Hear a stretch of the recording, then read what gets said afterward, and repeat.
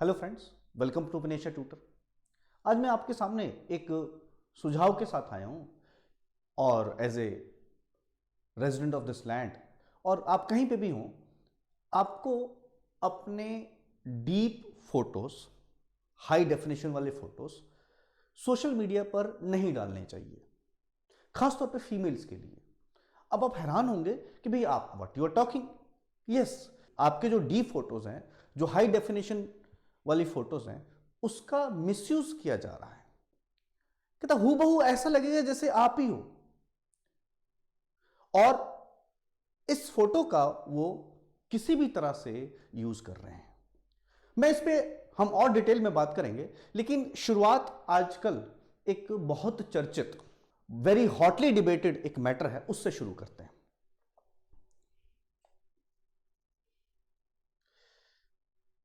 ये गिटहब क्या है? बेसिकली आपने देखा हो कि बहुत न्यूज में है, और आपने देखा होगा कुछ लड़कों को पुलिस अरेस्ट भी कर रही है, और आपने सुना होगा कि भाई ये मुस्लिम, जो खासतौर पे फीमेल्स हैं, मुस्लिम वुमेन्स हैं, जो ज़्यादा सोशल मीडिया पर एक्टिव हैं, उनकी फोटोज़ को सोशल मीडिया से उठाकर और इस तरह से प्रेजेंट कर रहे हैं कि ये बिकाऊ हैं, इनके ऊपर बोली लगाई जा रही है। यानी कि टू डिफेम मुस्लिम वुमेन एक ग्रुप बड़ा एक्टिव हुआ है इस प्लेटफॉर्म पर, गिटहब पर। लेकिन आप हैरान होंगे कि गिटहब है क्या। अब हम जानने की कोशिश करते हैं कि गिटहब है क्या। बेसिकली जो गिटहब है एक ऐसा प्लेटफॉर्म है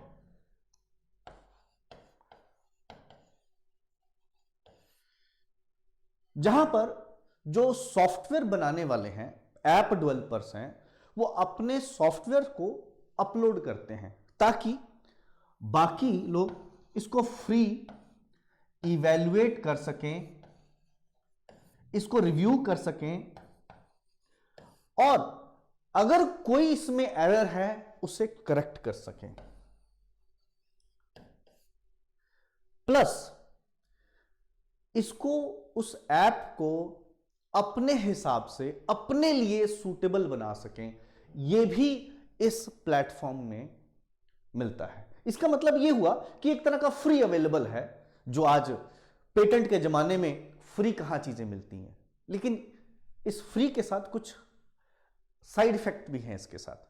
हम आगे बढ़ते हैं इसमें, लेकिन कई चीजें हमने देखी कि भी ये फ्री है, सॉफ्टवेयर है, ये सब क्या है, हम अगली स्लाइडों में डिस्कस करते हैं। आपने सुना होगा गिटहब एक हरासमेंट का, सेक्सुअल हरासमेंट ऑनलाइन प्लेटफॉर्म बन चुका है, और इस पर डिबेट शुरू हो गई है। खासतौर पे लड़कियों को इस बात को ध्यान से देखना चाहिए, और उनके जो गार्जियंस हैं उन्हें भी ध्यान से देखना चाहिए। और अगर आप स्टूडेंट हैं, किसी कॉम्पिटिटिव पेपर की तैयारी कर रहे हैं, तो भी आपको ध्यान से सुनना चाहिए कि भी ये कैसे काम करता है और हम कैसे बचें। लास्ट टाइम अराउंड जून 2021 में एक सुली डील्स नाम का ऐप इस गिटहब पर लॉन्च हुआ। सुली, आप हैरान होंगे जो लोग इस टर्म से वाकिफ हैं, a very derogatory term used for Muslim women.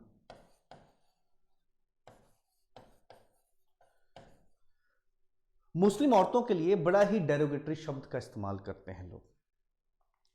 और इन्होंने क्या किया कि जो मुस्लिम महिलाएं बहुत एक्टिव हैं, those Muslim womens who are very active on social media, उनके फोटो उठाकर उनको मॉर्फ करके और अपने इन्होंने ऐप पर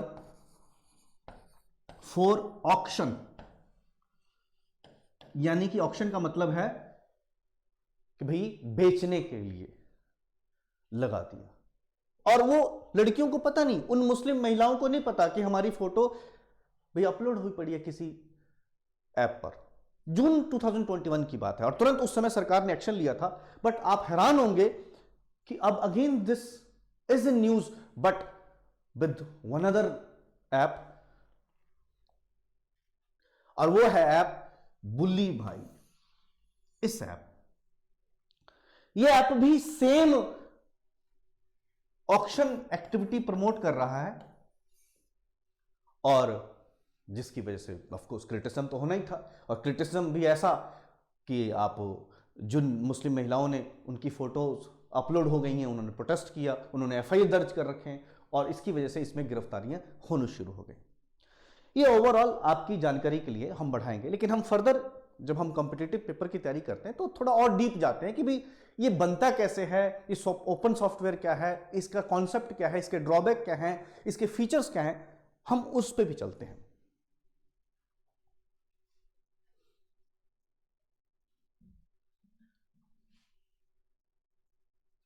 अब हम समझने की कोशिश करते हैं कि what is open code software, what is closed source code, and what is GitHub, end of course what is Indian government policy on it.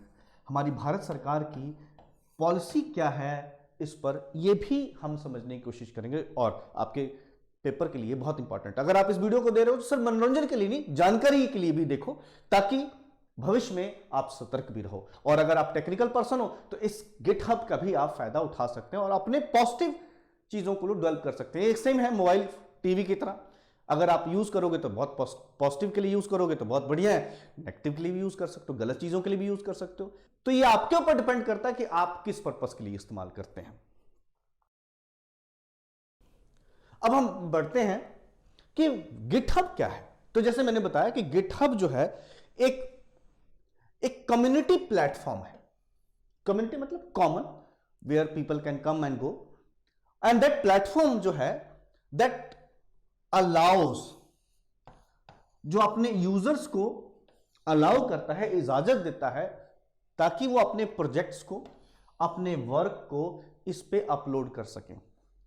कहते किस लिए, कहते किस लिए भाई, कहते to view, to edit and tweak के लिए, और ऑफ कोर्स अपने हिसाब से अगर आप किसी चीज को ऐड कर सकते हो, किसी चीज को एडिट कर सकते हो, किसी चीज को डिलीट कर सकते हो, तो आप अपने लिए उसको सूटेबल बना सकते हो, अडेप्ट कर सकते हो उसके लिए। कहते हैं गिटहब का आइडिया जो है, कोई भी डेवलपर अपने सॉफ्टवेयर कोड को अपडेट कर सकता है, अपलोड कर सकता है, और उनसे रिव्यू भी करवा सकता है अपने कम्युनिटी मेंबर से, और फिर उससे कुछ कमियां भी पता चलती हैं और उसमें से बेस्ट चीज निकल के आती है। Like this is a debate, जैसे डेमोक्रेसी में दो लोग बातें कर रहे होते हैं, डिबेट कर रहे होते हैं, डिबेट में कई बातें छन छन के बाहर आ रही होती हैं, न्यू न्यू पॉइंट्स बाहर आ रहे होते हैं, उसी तरह से ये प्लेटफॉर्म भी है।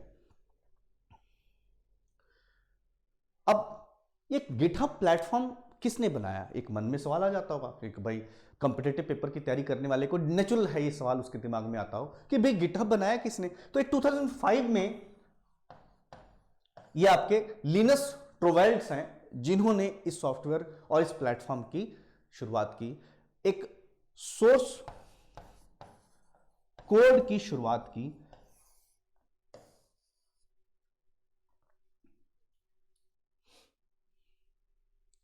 आगे बढ़ते हैं।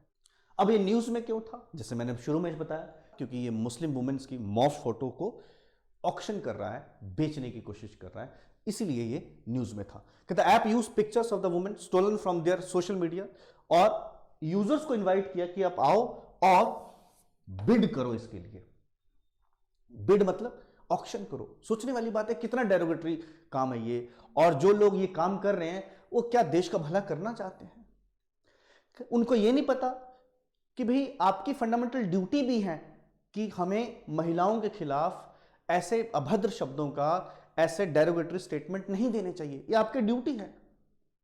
क्या वो देश भक्ति कर रहे हैं, क्या देश को सपोर्ट कर रहे हैं, देश की यूनिटी इंटेग्रिटी में सपोर्ट कर रहे हैं? बिल्कुल नहीं। और वो यंग है, अराउंड 21 ईयर्स के हैं, जो अभी गिरफ्तारियां हो रही हैं वही 21-22 साल के लड़के हैं जिनको शायद भटकाया गया हो, जहां सोचते हैं कि पुलिस नहीं पकड़ पाएगी, ऐसे लोग हैं।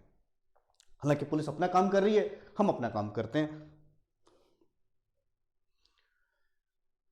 अब पॉइंट आता है कि वे ओपन सोर्स कोड है क्या। बेसिकली जब भी आप मोबाइल यूज करते हो, कंप्यूटर यूज करते हो, तो कंप्यूटर के जो सामने सॉफ्टवेयर आता है वो आप उसका इस्तेमाल करते हो, लेकिन अंदर की चीजें जो उन सॉफ्टवेयर को कनेक्ट करता है, जो उन सॉफ्टवेयर को आगे फर्दर वर्क में लाता है, वो सोर्स कोड होता है जो आपको नजर नहीं आता। और कभी कभी देखना, अगर आपने अपना कंप्यूटर किसी रिपेयर वाले को दिया हुआ है, सॉफ्टवेयर वाले को, तो वो कुछ कुछ कोडिंग करता है, उसी को बोलते हैं ओपन सोर्स कोड। लेकिन जो ओपन वर्ड है, ओपन का मतलब है कि ये पेटेंट नहीं है, फ्री है, अवेलेबल है सबके लिए, हर कोई अपने लिए इसका इस्तेमाल कर सकता है। तो देखो, ओपन सोर्स कोड का मतलब ही होता है प्रोजेक्ट्स, प्रोडक्ट्स, इनिशिएटिव, एम्ब्रेसमेंट और सेलिब्रेट प्रिंसिपल्स ऑन किस बेसिस पर? ओपन एक्सचेंज, यानी कि ओपनली एक्सचेंज होता है। कहते हैं कोलैबोरेटिव पार्टिसिपेशन है, कोलैबोरेटिव पार्टिसिपेशन, सब मिलकर जो है इस पर डेवलप करते हैं। रैपिड प्रोटोटाइपिंग होती है, तुरंत उसकी कॉपियां बन जाती हैं, लोग अपने हिसाब से उसको सूट कर लेते हैं। ट्रांसपेरेंसी रहती है और मेरिटोक्रेसी, जाहिर है बेस्ट जो होता है वो अपने उसको चेंज कर लेता है। और कम्युनिटी ओरिएंटेड, यानी कि ऐसा नहीं है कि एप्पल ने अपना सोर्स कोड बनाया, एप्पल ने सॉफ्टवेयर बनाया और पेटेंट करवा लीजिए, कोई यूज नहीं कर सकता, ऐसा नहीं है। आपने देखा होगा कि कई ऐप आप यूज करते होंगे, चाहे मोबाइल में चाहे कंप्यूटर में, वो पेड आते हैं और कई आप फ्री में भी मिलते हैं। That is community oriented development. इसके आगे बढ़ते हैं।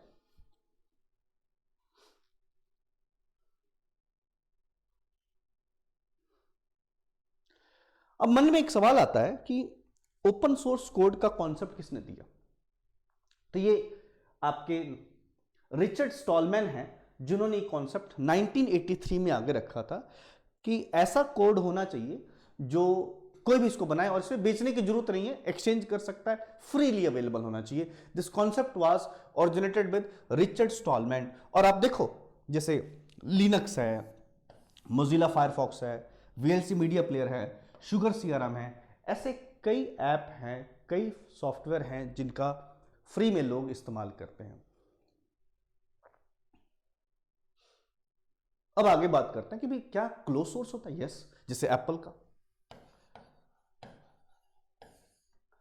जो iOS है वो क्लोज है, आप उसको एडिट नहीं कर सकते, वो उन्हीं की प्रेरोगेटिव है, एप्पल कंपनी की प्रेरोगेटिव है। तो क्लोज सोर्स ऐसे होते हैं जो कि सोर्स कोड होते हैं जो सेफ एंड इंक्रिप्टेड होते हैं, हर कोई उसको ओपन नहीं कर सकता, एडिट नहीं कर सकता, वो कंपनी का उस सॉफ्टवेयर के जो मालिक है वही एडिट करता है, ऑपरेट करता है। अब देखो, मैंने ओपन सोर्स वर्सेस एप्पल का क्लोज्ड सोर्स।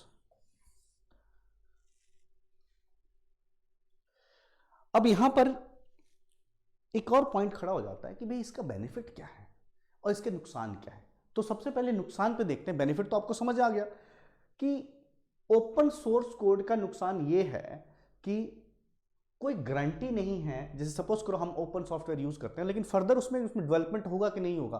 एप्पल के फोन में तो आपको पता है कि next next next updated version आएगा, लेकिन ओपन सोर्स में एक बार डेवलप हो गया, लेकिन उसका अपडेटेड वर्जन आएगा नहीं आएगा, कोई बनाएगा कि नहीं बनाएगा, इसकी कोई गारंटी नहीं रहेगी। और इंटेलेक्चुअल प्रॉपर्टी राइट्स, बेसिकली जिन्होंने इसे बनाया होता है वो तो को पेटेंट करते नहीं है, तो ये भी एक इश्यू बन जाता है। और सपोर्ट कंसिस्टेंसी नहीं रह पाती। सपोज करो आपने लिनक्स यूज किया हुआ है और उसमें कोई कमी आई, तो आप किसको अप्रोच करोगे? लेकिन एप्पल का है तो आप अप्रोच कर सकते हो। आगे बढ़ते हैं। जो प्रोप्राइटर सॉफ्टवेयर होते हैं उनका क्या बेनिफिट होता है? तो नेचुरली है, कहते हैं प्रेडिक्टेबल रिलीज। आपको पता है अच्छा एप्पल का नेक्स्ट वर्जन आने वाला है जी, नेक्स्ट सीरीज आने वाली है। जब भी कोई सॉफ्टवेयर में अपडेशन करते हैं आपको पता है अच्छा न्यू बग आ गया था जी, उसको उन्होंने फिक्स कर लिया है। प्रोप्राइटर प्रेडिक्टेबल रिलीज, कहता है जो कंपनी होती है वो रिस्पॉन्सिबल होती है फॉर एनी बग्स के लिए और किसी एरर के लिए, किसी अपडेट के लिए। कंसिस्टेंट फीचर डेवलपमेंट, लगातार उसमें डेवलपमेंट होता रहता है। क्यों? क्योंकि ये तो ओपन नहीं है, ये तो कंपनी का अपनी प्रेरोगेटिव है, उसका अपना प्राइवेट प्रॉपर्टी है, उसको अपडेट करता है। More stable framework, more consistent training options, easier access. इसका नुकसान ये है कि महंगा पड़ता है जी। पता ही है आपको कि अगर आप पेड अप सॉफ्टवेयर लेते हो तो कितना कॉस्टली बनता है।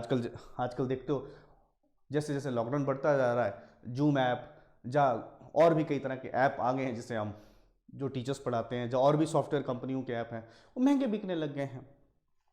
उसी तरह से सिंगल कंपनी उसी का पेटेंट होता है, जो कहती है उसे मानना पड़ता है और वेंडर ऑनर होता है। अब आप हैरान होंगे कि भाई आजकल हमारी सरकार डिजिटल इंडिया की बात कर रही है।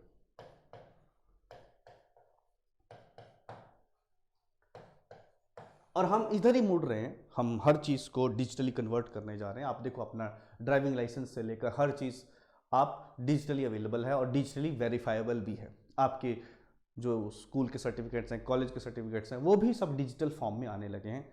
आप जो गवर्नमेंट का एक लॉकर है, डिजी लॉकर, उसमें आप स्टोर कर सकते हो। तो अब सवाल आता है कि ये इसी तरह से है कि क्या गवर्नमेंट किसी पर्टिकुलर सॉफ्टवेयर को प्रमोट करे, क्या ओपन रखे। तो 2015 में सरकार ने एक पॉलिसी बनाई और सरकार ने कहा कि हम ओपन सोर्स कोड को प्रमोट करेंगे। यानी कि सरकार कहती है कि हम ऐसी किसी भी कंपनी का सॉफ्टवेयर यूज नहीं करेंगे, प्रोडक्ट यूज नहीं करेंगे जो पेटेंटेड हो, जो पैसे लेता हो, जो फ्रीली अवेलेबल ना हो। इसीलिए सरकार ने कहते हैं कई तरह के इंस्ट्रक्शन दिए कि कोई भी सरकार के स्पोकन ट्यूटोरियल मटेरियल्स होगा, टेक्स्ट बुक्स होंगे, या ट्रेनिंग वर्कशॉप्स होंगे, कॉन्फ्रेंसेस होंगी, इंटर्नशिप प्रोग्राम होंगे, ये सब ओपन सोर्स कोड में होंगे ताकि ये फ्रीली अवेलेबल हो, सबको अवेलेबल हो। उसी तरह से सरकार गवर्नमेंट टेक 3.0 ये प्रमोट करना चाहती है। गवर्नमेंट टेक्नोलॉजी 3.0 इसे प्रमोट करना चाहती है। और इसमें इसका मकसद यही है कि हम government should focus on creating more digital Commons. Commons means common platform. Government का ये मकसद है। आगे बढ़ते हैं। जिन लड़कों ने बुली भाई ऐप को प्रमोट किया था, मुस्लिम लड़कियों की फोटो अपलोड की थी, अब गवर्नमेंट तुरंत एक्शन में आई। आपके आईटी मिनिस्टर ने भी कहा कि हम उन पर एक्शन लेंगे, और नेशनल वुमेन कमीशन की जो चेयरपर्सन है रेखा शर्मा, उन्होंने भी वो भी हरकत में आई, और फिर सरकार ने एक्शन लेना शुरू कर दिया। लेकिन एक और पॉइंट यहां पर नोट करने वाली बात है कि ये बुली भाई जो ऐप है वो उसको ट्विटर प्रमोट कर रहा था। देखो, एक बुली भाई @बुलीबाई पर ये सब चल रहा था, ये प्रमोट हो रहा था। तो क्या सोशल मीडिया की भी जिम्मेवारी नहीं बनती? जब सरकार इन पे टाइट करने की कोशिश करती है तो ये हल्ला मचाने लग जाते हैं, दे मेक नॉनसेंस कि नहीं जी आप हमें कंट्रोल नहीं कर सकते, हम राइट है जो राइट टू स्पीच प्रमोट करते हैं। लेकिन what about right to dignity? Right to dignity का क्या?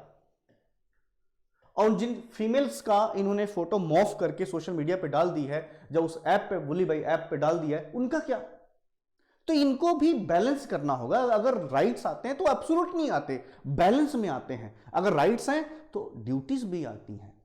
इन सॉफ्टवेयर कंपनियों को भी सोचना चाहिए और इन सोशल मीडिया कंपनियों को भी सोचना चाहिए। इसी मूव में हम आगे बढ़े तो आप देखो कई गिरफ्तारियां हो गई। जैसे असम का एक 21 इयर्स लड़का को गिरफ्तार किया।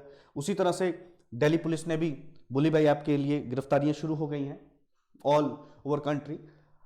अब सरकार इस पे किस तहत से केस बना रही है ये भी जानना जरूरी है। तो आईपीसी की धारा, आईपीसी सेक्शन 354D के तहत, जो कि स्टॉकिंग ऑफ वुमेन है, एंड 500 पनिशमेंट फॉर डेफेमेशन, इसके तहत सरकार जो है कानून बना रही है। ऊपर से जो इंफॉर्मेशन टेक्नोलॉजी है उसके तहत भी एक्शन लिया जा रहा है। जैसे मैंने शुरू में ही बताया कि आपको कि किस तरह से ये सोशल मीडिया जो है और नई नई टेक्नोलॉजी के आने से, खासतौर पे आर्टिफिशियल इंटेलिजेंस के आने से,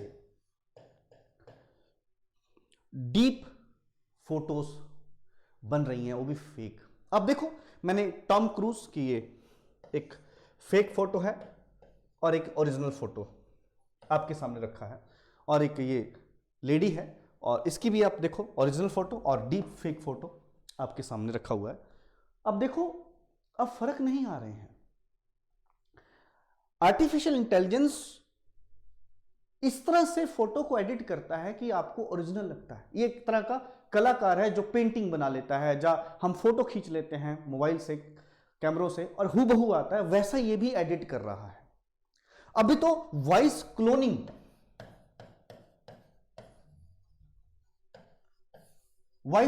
यानी कि सपोज करो जो मैं बोल रहा हूं और मेरी वॉइस को क्लोन कर लिया जाए और वो सब बुलवा दिया जाए जो मैंने कभी नहीं बोला। ये भी आर्टिफिशियल इंटेलिजेंस कर रहा है। एक मूवी थी रोड रनर, उसमें एक शेफ की वॉइस को क्लोन कर लिया गया। उसके घर वाले कहते हैं, क्योंकि वो शेफ मर चुका है, कि भाई इन्होंने तो कभी ये शब्द बोले नहीं। तो आजकल ये भी खतरा बढ़ गया है। सोचो कि हमारे ग्रेट ग्रेट ग्रैंडफादर की आवाज अगर रिकॉर्डेड हो और हम उनसे उनसे बातें करना चाहते हैं तो वो बात कर सकते हैं मुझसे। आज नई टेक्नोलॉजी आ रही है, लेकिन इस टेक्नोलॉजी के बेनिफिट के साथ साथ नुकसान भी हैं। वो नुकसान क्या है कि अब लड़कियों की फोटो या किसी भी फीमेल की फोटो को डीप फेक बनाकर ऐसी चीजें फैला दी जाती हैं, या तो पोर्नोग्राफी में जो लड़की की फोटो होती है उसने वैसा नहीं किया होता, लेकिन उसकी फोटो मॉर्फ करके और पोर्नोग्राफी में बना दी जाती है। आप हैरान होंगे कि भाई जब हमारी फोटो इस तरह से यूज हो रही है, इसका मतलब है हम तो बदनाम हो जाएंगे। इसीलिए अब ये कहा जा रहा है कि सोशल मीडिया प्लेटफॉर्म पे सभी लोग, खासतौर पे फीमेल्स को लिए कहा जाता है कि अपने डीप हाई डेफिनेशन वाली फोटो अलग अलग एंगल से ना डालें, नहीं तो आर्टिफिशियल इंटेलिजेंस जो है ये एक बहुत डेंजरस टूल बन गया है in the hands of those miscreants. Friends, आज के वीडियो का पर्पस यही था कि आपको अवेयरनेस जनरेट करना, और जो लड़के सॉफ्टवेयर इंजीनियरिंग में हैं उनके लिए भी है कि कम से कम एटलीस्ट बचो आप ऐसे कामों से करने से। क्यों? क्योंकि अब क्या फायदा जब गिरफ्तारियां हो गई हैं, जिंदगी जेल में होगी, माँ बाप ने इतना पैसा खर्चा है आपके ऊपर और आप ऐसे सॉफ्टवेयर बना लेते हो, ऐसे लोगों के साथ गैर कानूनी काम कर लेते हो, फिर क्या उन माँ बाप पे क्या बीतेगी? कहते आप कोई बच्चे नहीं रहे कि आप खेल खेल में बना देते हो, ऐसे काम नहीं करना चाहिए। खैर, लिटिल सरमन के बाद आपको समझ आ गया होगा कि हमें बहुत बैलेंसिंग होकर सोच समझ के आगे अपने स्टेप उठाने चाहिए। फ्रेंड्स, ये वीडियो कैसा लगा आप कमेंट सेक्शन में कमेंट कर सकते हैं, प्लस आप हमें फॉलो भी कर सकते हैं, आप हमें व्हाट्सअप, हमें ईमेल भी और टेलीफोन भी कर सकते हैं। Thank you.